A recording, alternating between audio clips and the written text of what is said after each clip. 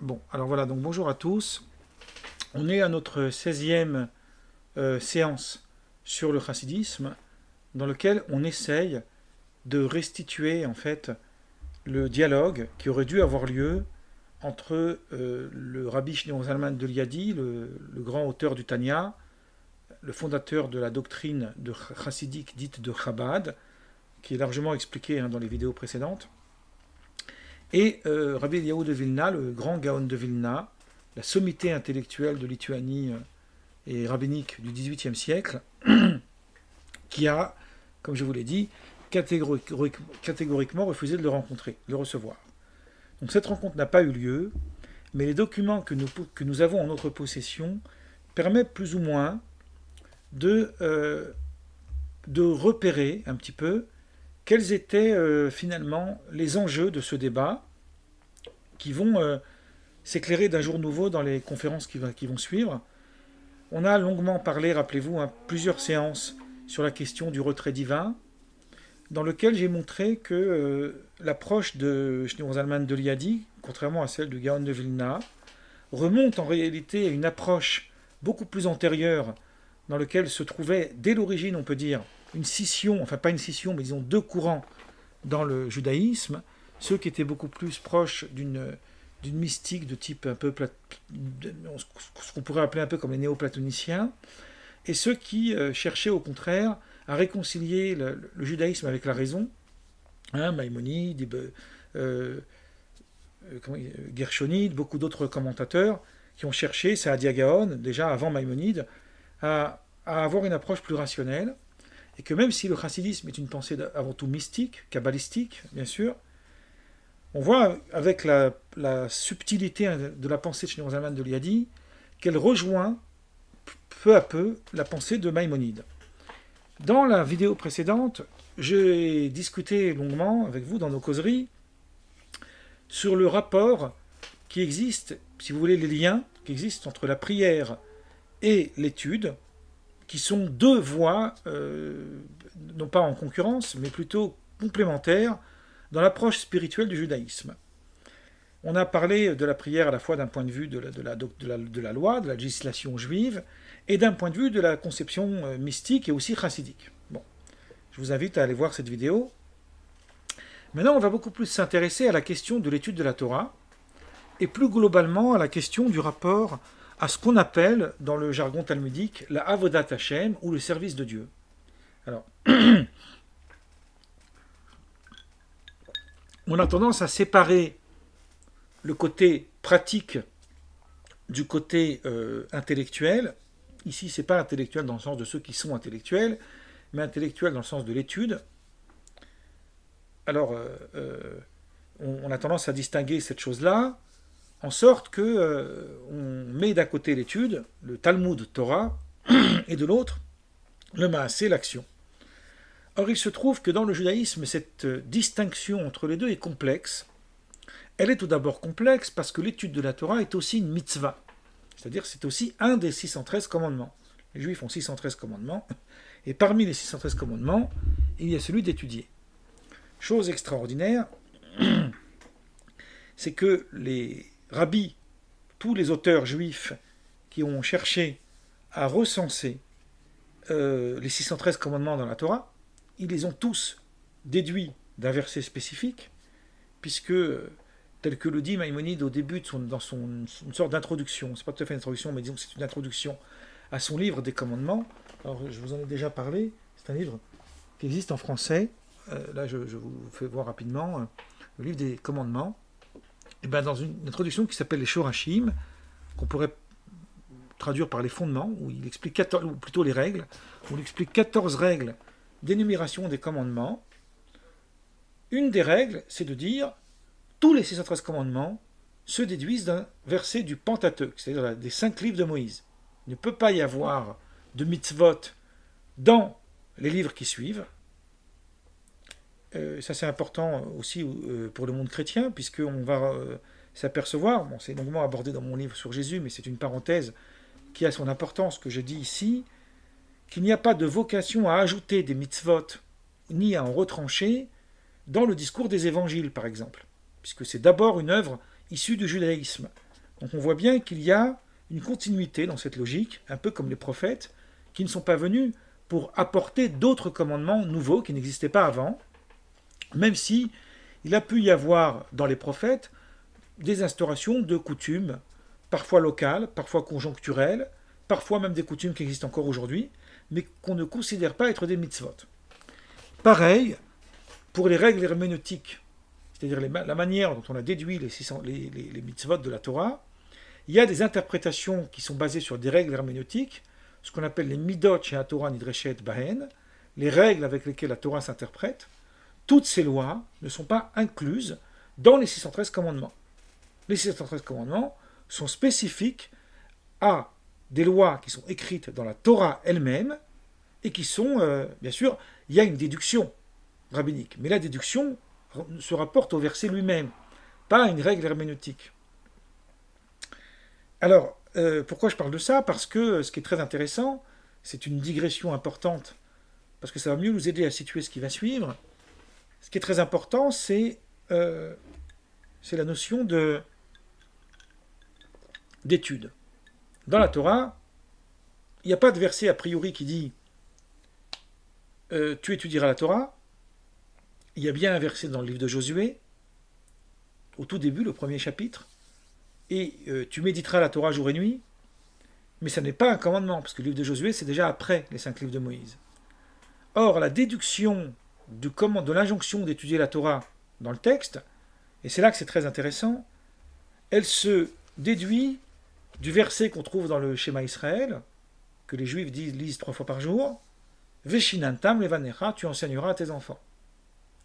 Donc c'est du commandement d'enseigner la Torah à ses enfants qu'on comprend que pour pouvoir enseigner, il faut étudier, donc qu'on inclut la mitzvah d'étudier, le commandement d'étudier. Sauf que d'un côté, le commandement d'étudier, il est inclus dans les 613 mitzvot, donc c'est une action, au même titre que les autres mitzvot, les autres commandements de la Torah. Et de l'autre côté, l'étude de la Torah a une spécificité qui échappe à la notion de commandement, puisque c'est le préalable à toute pratique. C'est la connaissance. Donc dans l'étude de la Torah, il y a ces deux niveaux, ces deux caractéristiques. Ce qui a fait débat longuement dans le Talmud, votre serviteur a un peu abordé ce sujet dans une longue conférence qui se trouve sur le site Academ, si vous avez envie d'aller la voir, où je parle de cette notion du parallèle entre l'étude de la Torah et l'accomplissement des commandements. Mais ce qui va nous intéresser ici, c'est la place que prend l'étude dans le monde juif. Alors, ce qui est très important, je vous ai cité Josué, rappelez-vous, tu méditeras la Torah jour et nuit, chapitre 1, verset 8, du livre de Josué. Alors, chose intéressante, on fait aujourd'hui un petit peu de digression pour bien mettre en avant les idées qui vont être abordées dans la séance suivante. Si vous voulez, c'est une sorte d'introduction à la séance suivante, même si là, on va quand même dire pas mal de choses importantes. Pourquoi ce verset dans le livre de Josué? Alors, ce verset dans le livre de Josué renvoie à un verset qu'on trouve dans le livre des Nombres, il me semble, si je ne me trompe pas, où là-bas, on nous parle justement de ce jeune Josué, qui est le jeune élève de Moïse, le jeune serviteur. Et le verset témoigne sur lui que l'oyimush mitor haoel, que c'est quelqu'un qui ne bougeait pas de sa tente. La tente, dans le langage biblique, c'est la tente, c'est le lieu d'étude. C'est aujourd'hui ce qu'on appelle le Beth Midrash. Autrement dit, Josué était un homme de l'étude. Et lorsque, alors c'est une interprétation midrashique ce que je vous dis, lorsque Dieu donne pour injonction à Josué d'aller faire la guerre pour conquérir la terre d'Israël, la terre de Canaan, Josué a peur, parce que c'est pas son rôle. Lui, son rôle, c'est l'étude. Il y a tout un débat dans le Talmud à ce sujet, qui est un débat très intéressant, je passe les détails, et ce verset vient c'est une sorte de bénédiction que Dieu lui donne, qu'il n'échappera pas à l'étude, même si il s'adonnera à l'accomplissement de la conquête de la terre. Ça, c'est le rapport qu'on a avec ce personnage qui s'appelle Josué. Mais le verset de Josué nous dit Ve'agit tabo, et tu méditeras en elle, en lui, mais ici c'est la Torah, Yomam valaïla, jour et nuit. Ça veut dire toujours, constamment. Alors, quid du temps de sommeil, du temps d'aller travailler, du temps d'aller faire à manger, du temps d'aller se laver, du temps de faire ce qu'on a à faire tous les jours de notre vie. En fait, une analyse approfondie des textes révèle qu'en fait, qu'est-ce que c'est que le commandement d'étudier la Torah?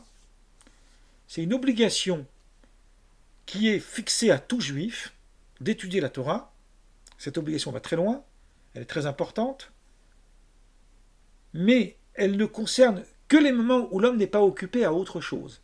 Autrement dit, tous les moments où l'homme est occupé à quelque chose qui est légitime dans sa vie, il n'a pas de questions à se poser sur l'étude de la Torah. En revanche, tous les instants de la vie de l'homme où il passe sans rien faire sont considérés donc comme inutiles, ce qu'on appelle le bitul zman. Là, sa mitzvah s'impose à lui d'étudier. Ce qui fait que dans le monde juif, l'étude a pris une place très très très importante.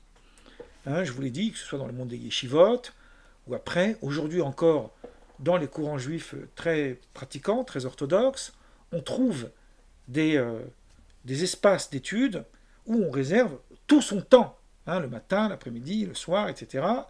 Il y a tout un débat talmudique que je ne vais pas aborder maintenant pour savoir du coup comment on fait pour financer cette chose-là. Est-ce que c'est légitime d'étudier la Torah et de gagner sa vie en étudiant? Alors bien sûr que normalement ça ne l'est pas, mais il y a des nuances à faire, etc. On va laisser tout ça. Ce que j'essaie de vous montrer, c'est que le monde juif, tel qu'il a été institué depuis des siècles, était complètement centré sur l'étude. Pour être un petit peu dans un esprit un peu plus poétique, on pourrait dire qu'après l'exil, après plus particulièrement le deuxième exil, c'est-à-dire l'exil où il y a eu la fin de la Jérusalem, il y a eu la fin de la souveraineté juive, je vous invite à voir mon livre sur la violence où je traite longuement de cette question, le Talmud est devenu, quelque part, dans le sens spirituel, la terre du juif. C'est son lieu de prédilection. Autrement dit, on a eu une terre portative qu'on amène là où on va vivre, dans n'importe quel lieu de la diaspora, et on va continuer à vivre son judaïsme à travers la connaissance, à travers l'étude. Dans le Talmud, il y a un débat pour savoir, du coup, qu'est-ce qui est le plus important? Est-ce que le plus important, c'est l'étude, ou le plus important, c'est l'action? C'est l'accomplissement des mitzvot. Et le Talmud va avoir cette phrase dans le traité Kiddushin, on en a un petit peu parlé la semaine dernière, il va avoir cette phrase qui dit, page 40, feuillet B, qui dit qu'en réalité, c'est l'étude le plus important.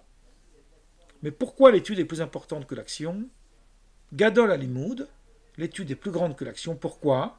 Parce que chez Mevi l'idée Maaseh, parce que c'est elle qui amène à l'action. Sans étude, il n'y a pas d'action possible.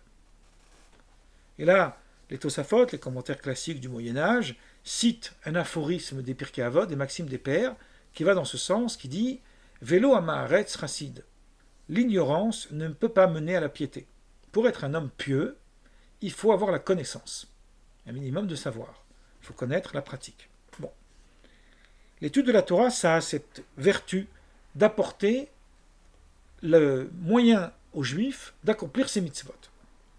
Mais l'étude de la Torah, elle a aussi une autre vertu, on va dire, au-delà du fait qu'elle a la vertu de la connaissance, puisqu'elle permet d'acquérir le savoir, et que la mitzvah d'étudier la Torah, c'est-à-dire le commandement d'étudier la Torah, inclut le commandement de connaître la Torah, donc de connaître toute la Torah, ça on a aussi un petit peu parlé la semaine dernière.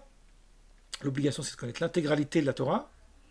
Mieux que ça, Shlomo Zalman de Liadi, dans son Shulchan Aruch, nous dit, puisqu'il a écrit un texte magnifique, un texte lumineux sur l'étude de la Torah, c'est un texte vraiment de première bourre, dans lequel il dit que non seulement qu'il y a une mitzvah, une obligation de connaître toute la Torah, mais en plus, il y a une obligation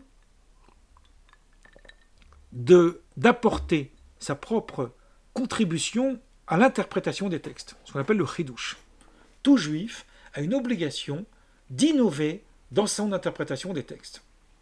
Et c'est très intéressant parce qu'on a une allusion dans une prière qui se trouve dans une Mishnah d'ailleurs, du Talmud, à la fin du traité Makot, qui dit qui demande à Dieu de nous donner notre part à ta Torah. Veten chelkenu, donne-nous notre part, betoratecha, dans ta Torah. Et qu'est-ce que disent les rabbins? Qu'est-ce que ça veut dire donne-nous notre part de ta Torah? C'est-à-dire révèle la part qui nous a été donnée d'en haut d'innovation, de capacité de pouvoir interpréter les textes. Donc c'est une chose très profonde. Donc l'étude de la Torah, elle a ça. Et la dernière chose qui est très importante, c'est que l'étude de la Torah, et ça c'est universel, c'est valable et pour les nations et pour Israël, c'est longuement abordé dans mon livre L'autre, c'est que l'étude de la Torah, c'est une couronne. Si vous voulez, Dieu a donné à Israël 3 couronnes. La couronne de la prêtrise, qui elle est réservée au peuple juif, on ne peut pas être prêtre non juif si on veut servir au temple d'Israël. La couronne de la royauté elle existe chez les nations évidemment, mais elle n'existe pas en Israël en dehors du peuple juif. En revanche, nous dit le Midrash, la couronne de la Torah, elle est posée pour tous, juifs comme non juifs, y compris pour les nations du monde, puisque ici, c'est le lien avec l'Esprit Saint, justement, dont parle saint Paul. Bon, ça, c'est longuement abordé dans mon livre L'autre. Ce qui m'intéresse, cette notion de Keter Torah, qu'est-ce que c'est cette couronne? C'est l'idée que l'homme s'attache à Dieu lorsqu'il étudie la Torah. Il produit un attachement avec son Créateur. Le Talmud va faire une sorte d'acronyme. Alors, il n'est pas habitué à faire ça, alors quand il le fait, c'est intéressant. En reprenant le nom Anochi, Anochi, c'est le fameux « je suis » du décalogue, qui normalement n'est pas en hébreu. Hein. Alors je ne sais pas en quelle langue c'est, mais d'après le Midrash Tanhuma, ça serait en égyptien. Parce qu'en hébreu, « je suis » c'est tout simplement « ani », il n'y a pas de verbe être. Et là, c'est « Anochi ». Donc « Anochi », je suis l'Éternel ton Dieu qui t'a fait sortir du pays d'Égypte. Et qu'est-ce que ça veut dire « Anochi » ? Anochi, ça veut dire, alors ça s'écrit, on n'a pas de voyelle en hébreu, donc on a le A, le Aleph, le N, le Nun, le Kaf, qu'on pourrait remplacer par le K ou le C, et le H, H aspiré. Bon, donc on a 4 lettres, et quand on les met en phrase, ça donne la phrase, le A c'est Anna, Anna c'est moi, en parlant de Dieu, hein, ici c'est pas moi, laissons mon narcissisme de côté. N, c'est Nafshi, mon essence, ma quintessence, mon âme en fait. Donc Dieu, c'est lui-même en fait, c'est lui-même tel qu'il est dans son essence. Ktavit, c'est mon âme qui est écrit ici dans ce livre. Yavit, et qui vous a été donné. C'est-à-dire que Dieu a légué son âme à Israël lorsqu'il leur a donné la Torah. Et aussi à l'humanité, puisqu'on parle de la couronne. Et le Talmud dira cette phrase extraordinaire, qui dira que toute personne qui étudie la Torah, c'est comme si que Dieu disait, au moment où il étudie, qui oti atem lokrim, c'est moi-même que vous êtes en train de saisir. Donc il y a quelque chose dans l'étude de la Torah qui dépasse tout. C'est pour ça qu'on trouve dans le traité Moed Katan, 9 feuillet B, on trouve cette phrase basée sur les livres des Proverbes, où là-bas le verset dit V'chol hachafetzim lo yishavuba afilu cheftzei shamaim, que tous ces trésors n'ont aucune valeur devant elle, et le Talmud dit, même les trésors du ciel. Ça veut dire la Torah est au-dessus de tout. Elle est au-dessus de l'accomplissement des commandements, elle est au-dessus de tout. C'est le préalable à tout. Donc on comprend pourquoi dans la vie juive, on a accès, la centralité de sa vie, à la connaissance, à l'étude. C'est quelque chose d'absolument fondamental pour le monde juif. Et donc, je reviens un petit peu à mes premières conférences sur le sujet qu'on a abordé, puisque lorsque le chassidisme est venu, il a mis en avant la foi populaire, il a mis en avant la dévotion à Dieu. D'ailleurs, je vous avais parlé de ce fameux livre de Jean de Menace, alors je ne sais plus où il est, Quand Israël aime Dieu, dans lequel il montre comment, avec le chassidisme, tout d'un coup, ce Dieu devient un Dieu d'amour, que la prière va prendre une beaucoup plus grande importance dans la spiritualité. Ça pourrait faire question sur la place qu'on va attribuer à l'étude. C'est ce qui a fait, en fait, c'est une sorte de malentendu, comme on va l'expliquer un petit peu plus loin, qui a provoqué, malheureusement, en fait, toute cette polémique qui a été quand même extrêmement violente à l'époque de l'émergence du chassidisme, parce qu'on considérait que les chassidim décourageaient la place de l'étude. C'est-à-dire que pour eux, l'étude devenait secondaire. Ce qui était essentiel, c'était la prière, c'était le moment de méditation, c'était l'éloge du juif simple, c'est-à-dire qu'il y a une foi qu'on pourrait appeler sans dénigrement, attention, ce qu'on appelle la foi du charbonnier, celle qui va avoir une croyance extrêmement... alors il y a énormément de blagues qu'on raconte à ce sujet pour montrer à quel point ces gens-là, ils avaient une foi parfois inébranlable, mais qui était complètement dénuée de connaissances. La connaissance, c'était quelque chose qui était secondaire. Et quand on lit les récits qu'on attribue à ce fameux Baal Shem Tov, puisque le Baal Shem Tov, on ne sait même pas qui était réellement ce personnage, même si beaucoup l'ont suivi, on a des récits qui font l'éloge devant les grands savants de la Torah. On va nous montrer que des juifs simples qui n'ont jamais étudié de leur vie ont atteint un degré bien supérieur, ce qui se rapproche étrangement des textes des évangiles.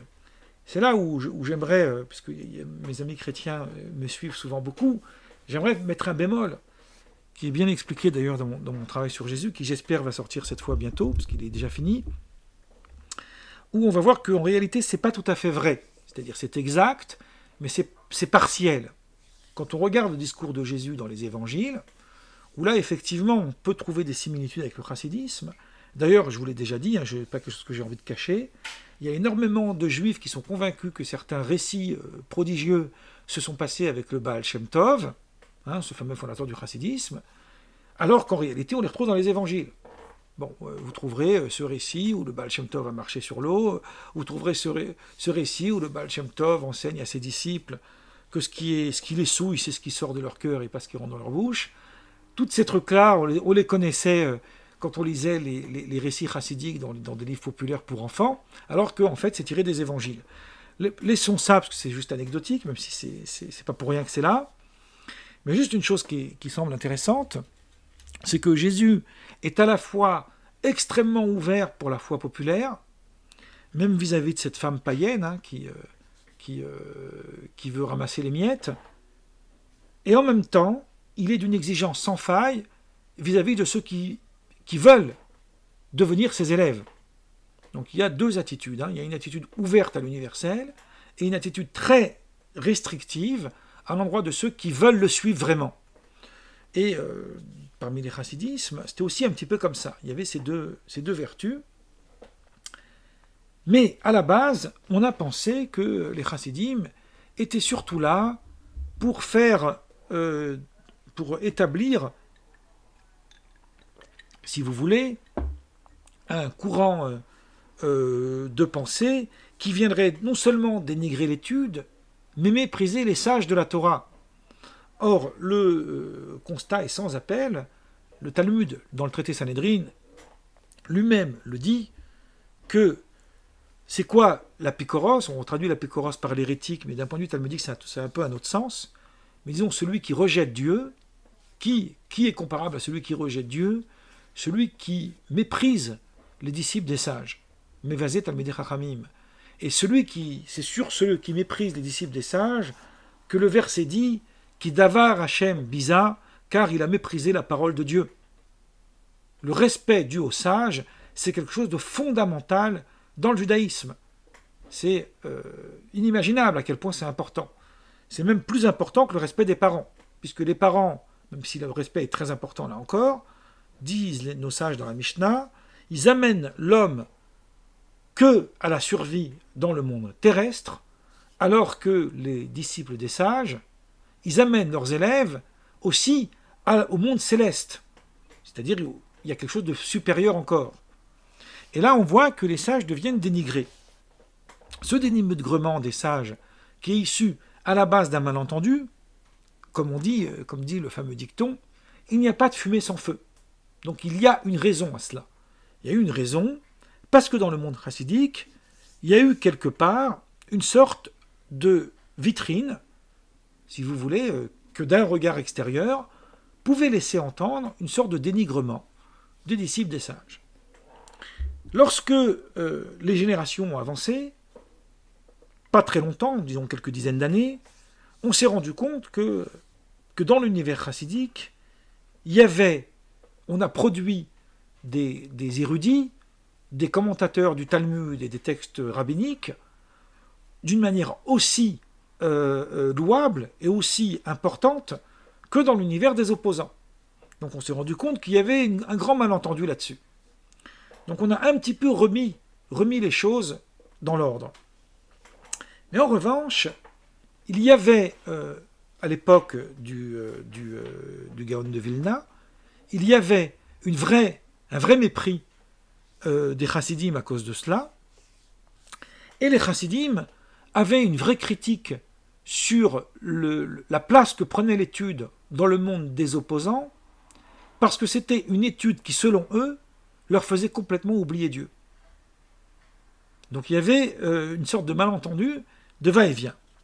Ce qui est très intéressant, et ça, ce que je vous dis maintenant, je vais l'aborder la semaine prochaine, et là ça va être vraiment le cœur du sujet, c'est que je vous en avais déjà parlé plusieurs fois de ça, mais là on va rentrer dans le vif du sujet, c'est que ce fameux auteur, Chaim de Volojine, je vous l'ai déjà présenté, celui qui a écrit L'âme de la vie, qui a été traduit aux éditions Verdier par l'excellent érudit Benjamin Gross, qui a aussi beaucoup écrit d'ouvrages en français, et qui est mort récemment, qui faisait partie de cette vague, de cette époque des intellectuels juifs, de Lévinas, etc.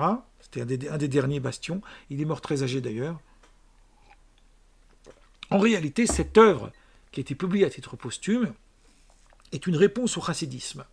Si vous voulez, c'est une sorte de disputation indirecte dans lequel Chaim de Volojine reprend les arguments des chassidim et essaye de répondre.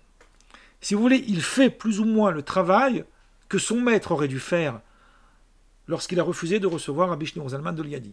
C'est-à-dire qu'il y a eu une scission à ce moment-là qui était très grave, alors que le dialogue aurait pu les réunir, mais Chaim de Volojine a rempli cette tâche. Donc c'est quand même très très important. C'est une œuvre importante dans ce tournant de judaïsme qui est juste avant les Lumières juives, ce qu'on appelle la Haskalah. Et donc il y a quelque chose ici, il y a des enjeux, ce n'est pas simplement des débats intellectuels. Il y a une longue partie du livre, ici, dans le Nefesh HaChaim, que je vais aborder la semaine prochaine, dans lequel il parle de cette question du rapport à l'étude. Et il oppose une critique à la fois virulente au monde chassidique qui méprise la manière dont le monde mitnaget, c'est-à-dire le monde des opposants, ont de percevoir leur rapport à l'étude de la Torah. Il va apporter des réponses, mais quand on lit les réponses qu'il donne, on s'aperçoit qu'il ne rejette pas l'argument intégralement. C'est-à-dire, il comprend la préoccupation du chassidisme, il en tient compte. Et c'est là que ça devient très très intéressant, parce que ça instaure un véritable dialogue. Et lorsqu'on lit ces pages, et qu'on essaye de les comparer avec celles de Shneur Zalman de Liadi dans son fameux livre « Les lois d'étude de la Torah », qu'il a en réalité écrit bien avant son code de Shulchan Aruch, mais qui finalement a été intégré dedans. Donc c'est une œuvre qui était d'abord à part, une petite œuvre, mais d'une érudition remarquable. On s'aperçoit que ces deux hommes, en fait, ils auraient dû être faits pour être assis l'un en face de l'autre, dans la même table. Et ce rapport à l'étude de la Torah, sur la question du rapport à Dieu, sur la question de la connaissance, sur la question du parallèle avec l'action, ces trois mouvements, si vous voulez, en parlant bien évidemment de l'attachement à Dieu, tels que perçus et dans le monde des opposants au chassidisme et dans le monde chassidique, où là on va être dans le cœur vraiment de la pensée qui a émergé à ce moment-là, ça sera abordé la semaine prochaine. Et on fait comme les séries américaines. Je m'arrête avant la fin pour vous laisser moyen de méditer là-dessus. Et c'est là qu'on abordera un peu plus les textes. Donc là, moi, j'arrête la vidéo pour cette fois-ci. Donc voilà, là, j'arrête.